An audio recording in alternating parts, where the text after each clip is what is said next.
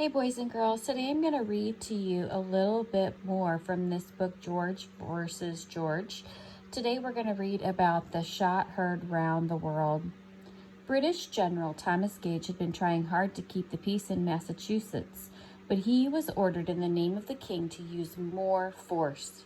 In April 1775, a spy in Boston warned Gage that colonial troublemakers were stashing big piles of ammunition in nearby Concord. This was bad news. A bloody war could break out. Gage decided that the British Army had better go siege John Hancock and Sam Adams, two rebel leaders who were hiding out in Lexington. Then they should burn the weapons in Concord before people started getting themselves killed. Gage quickly planned a secret raid. The British regiment shivered through a chilly night, rowing and then wading across the Charles River. On the morning of April 19th, the soldiers had marched as far as Lexington when they came across about 70 Patriot militia gathered on the village green.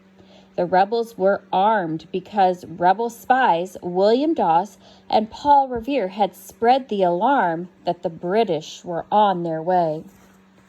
Everybody's nerves were on edge, still holding their weapons. The Patriots began to back away and look for cover. Then someone fired a shot.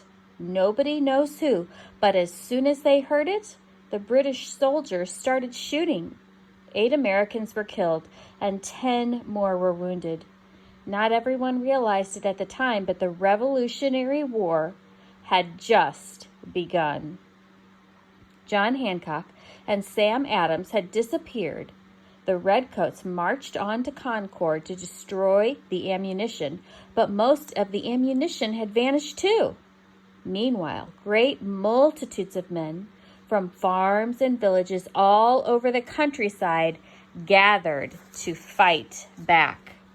So here is a picture, and it shows Concord right here. So a little village. You can see the British, the British soldiers marching in the background. Okay. Each side told a different tale about Lexington and Concord. Rebel newspapers reported that bloodthirsty redcoats burned down houses, drove naked women into the streets, and butchered old men and infants. The king was told that rebel savages broke the rules of war by ambushing his army. Then they scalped fallen British infantry and cut off their ears. George Washington was already famous for his fearless leadership when he had fought alongside the British 20 years earlier. On June 15th, 1775, he had fought alongside, the Second Continental Congress gathered in Philadelphia and unanimously elected the 43-year-old Virginian to become commander-in-chief of their newly formed Continental Army. But how could a small, poorly trained army with almost no money defeat one of the world's most awesome military powers?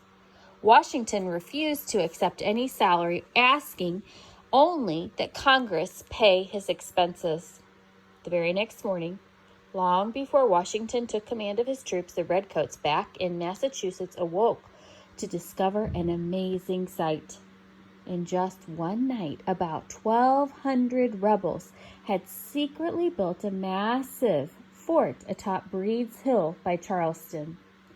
Both sides fought fiercely until the rebels ran out of powder and ammunition. The rebels ended up losing the hill, but the British lost 92 officers, more than half of their men, and more than twice as many soldiers as the rebels lost. Okay, so some say that the rebels' original plan was to occupy Bunker Hill, which was higher and easier to defend. The fight became known as the Battle of Bunker Hill. And so you can see that Charlestown is on fire over here. This is a picture of Breed's Hill.